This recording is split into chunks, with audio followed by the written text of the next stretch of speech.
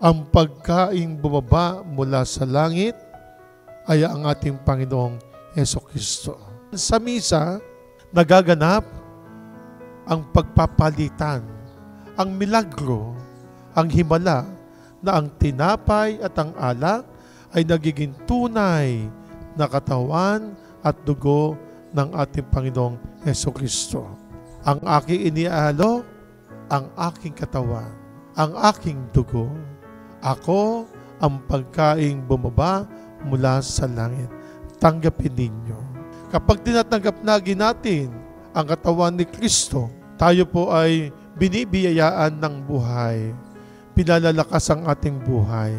Hindi lamang po sa katawan at dugo, maging sa salita ng Diyos. Tayo ay pwede pong tumanggap ng kanyang katawan at dugo. Bahagi nawa ang lahat ng tao sa ibabaw ng mundo ay tanggapin ang ating Panginoong Jesucristo. Upang sa gayon, magkaroon ng buhay doon sa kalangitan at mabubuhay sila magpakailanman.